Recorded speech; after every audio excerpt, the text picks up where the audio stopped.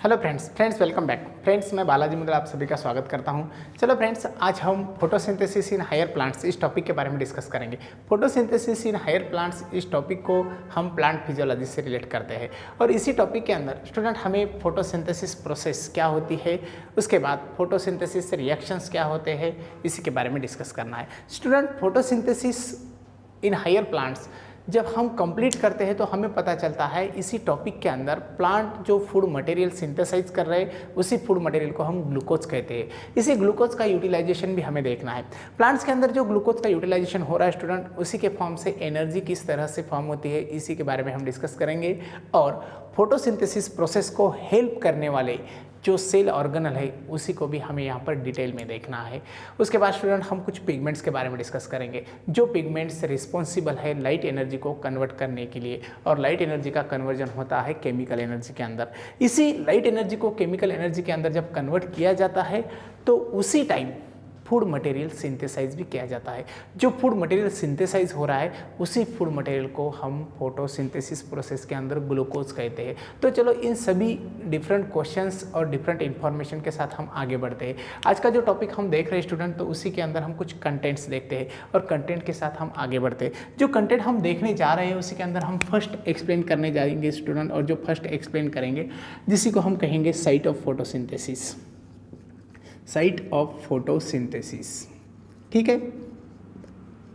इसी के अंदर स्टूडेंट हमें एक्चुअली फोटोसिंथेसिस रिएक्शन कहाँ पर कंप्लीट होती है और फोटोसिंथेसिस प्रोसेस कहाँ पर कंप्लीट की जाती है उसके बारे में डिटेल में इंफॉर्मेशन मिलने वाली है। उसके बाद हमें देखना है स्टूडेंट नेक्स्ट पॉइंट जिसे हम कहते हैं पिगमेंट्स।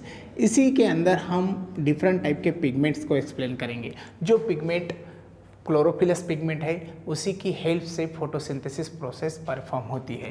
देन हमें देखना है स्टूडेंट कुछ रिएक्शंस। जो रिएक्शंस हम देखेंगे स्टूडेंट, उन्हीं रिएक्शंस के अंदर हमें दो डिफरेंट टाइप के रिएक्शंस देखना पड़ेंगे। जो रिएक्शन फर्स्ट है उसी को हम कहते हैं डे रिएक्शन, जो in the presence of light complete होती है, और जो अदर रिएक्शन है जो अब्सेंस ऑफ लाइट होती है उसे हम कहेंगे डार्क रिएक्शन। तो इसी के अंदर हमें दो डिफरेंट रिएक्शन कंप्लीट करना है। फर्स्ट है जिसे हम कहेंगे लाइट रिएक्शन, जो light reaction in the presence of light होती है। सेकंड रिएक्शन है जिसे हम कहते हैं डार्क रिएक्शन, जो dark reaction in the absence of light होती है। तो इसी तरह से दो डिफरेंट रिएक्शन हमें यहाँ पर देखना है। उसके बाद स्टूडेंट हम देखेंगे ETS। एक्चुअली ETS क्या है, जिसे हम कहते हैं electron transport system. Then C4 plants के बारे में हम डिस्कस करेंगे। जो C4 प्लांट्स है किस प्रकार से फोटोसिंथेसिस प्रोसेस कंप्लीट करते हैं उन सभी को हमें यहाँ पर डिटेल में एक्सप्लेन करना है। देन फोटो रेस्पिरेशन के बारे में भी हम डिस्कस करेंगे, फोटो रेस्पिरेशन, ठीक है। उसके बाद स्टूडेंट फोटो रेस्पिरेशन के बाद हम बढ़ते हैं टॉपिक के लास्ट टॉप पॉइंट के ऊपर, और जब लास्ट पॉइंट की तरफ बढ़ते हैं तो उसे कहते हैं हम फैक्टर्स affecting on फोटोसिंथेसिस। यानी कि जो फोटोसिंथेसिस रेट है उन्हीं को रेट को कम और ज़्यादा करने के लिए कुछ फैक्टर्स रिस्पॉन्सिबल है। उन सभी फैक्टर्स के बारे में हम यहाँ पर डिस्कस करेंगे। जब कंटेंट्स के साथ हम टॉपिक के लेबल को देखेंगे, टॉपिक के लेबल को जब हम देखते हैं तो एक्चुअली टॉपिक फोटोसिंथेसिस जो वर्ड है स्टूडेंट, उसी वर्ड का फॉर्मेशन हो चुका है combination of two different word, और यहाँ पर दो डिफरेंट टाइप के वर्ड है। Means photosynthesis forms by the combination of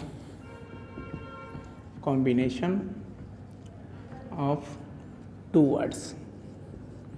दो वर्ड्स के कॉम्बिनेशन से यहाँ पर फोटोसिंथेसिस वर्ड फॉर्म हो चुका है। इसी के अंदर फर्स्ट वर्ड है स्टूडेंट जिसे हम कहेंगे फोटो, जिसका मीनिंग वहाँ पर होता है light.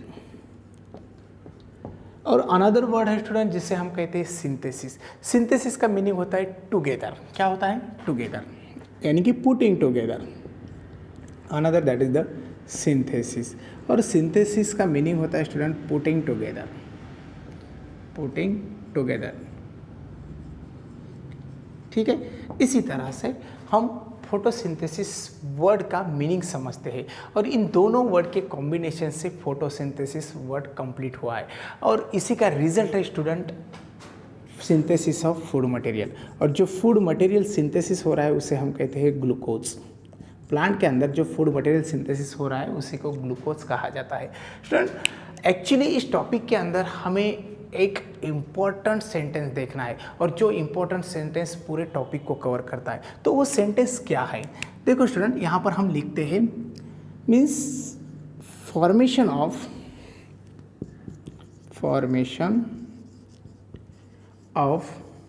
Glucose from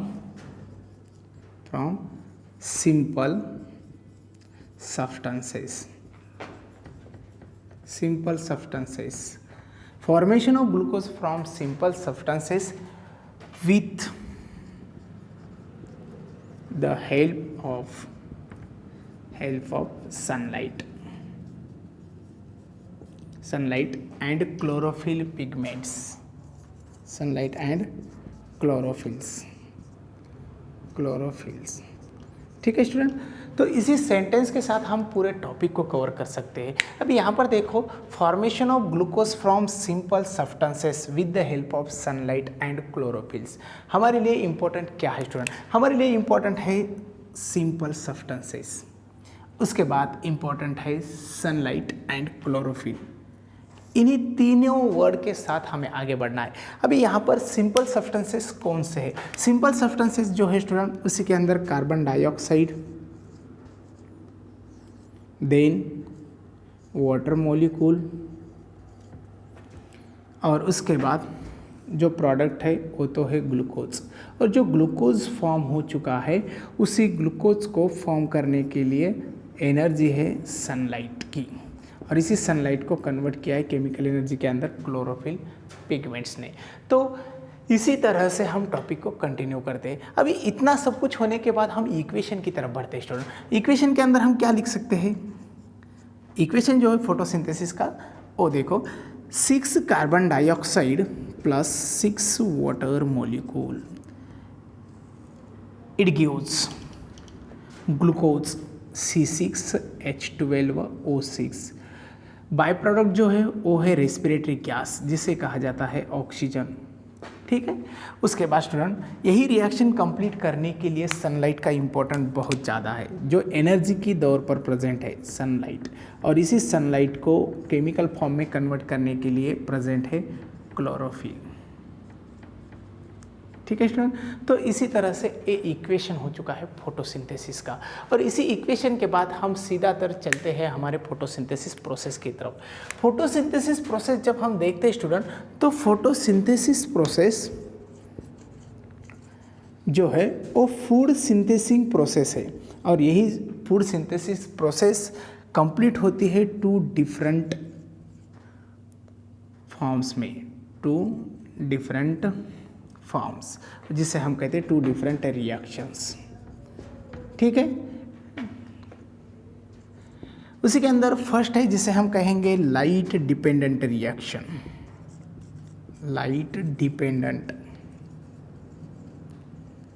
dependent reaction. और सेकंड स्टूडेंट जिसे हम कहेंगे लाइट इनडिपेंडेंट रिएक्शन, ठीक है, तो इसी को हमें डिटेल में देखना है।